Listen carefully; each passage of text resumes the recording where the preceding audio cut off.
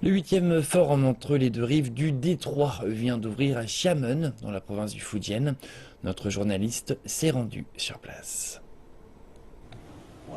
Des représentants de la partie continentale et de Taïwan se sont rencontrés dimanche. Yu Zhangshang, président du comité national de la conférence consultative politique du peuple chinois, était présent lors de la cérémonie d'ouverture.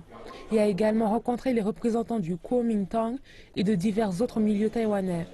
Cette année, davantage d'événements sur les échanges par la jeunesse ont été organisés. Les points de vue des jeunes sont sollicités car ils pourraient décider de l'avenir des relations entre les deux rives. Jusqu'à présent, beaucoup de travaux spécifiques ont été réalisés. Par exemple, l'année dernière, le règlement concernant le permis d'entrée a été révisé pour simplifier pour les Taïwanais. Il y a aussi plus de contrats et de sociétés de communication, et beaucoup d'entre elles font de réels progrès.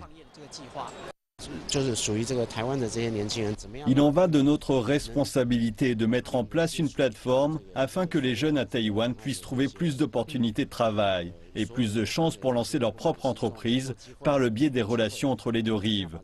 C'est le rôle du parti Kuomintang. Les groupes de réflexion sont regroupés ici pour aussi participer aux échanges de points de vue sur le développement pacifique des relations entre les deux rives du détroit. Les autorités taïwanaises esquivent et évitent le consensus de 1992 depuis un certain bout de temps. Et cela a des conséquences négatives sur le développement des relations entre les deux rives. Cependant, la politique de la partie continentale est consécutive vis-à-vis de Taïwan. Nous maintiendrons la base de l'approche politique commune et nous demeurerons positifs concernant les échanges entre les deux rives, notamment dans le secteur civil.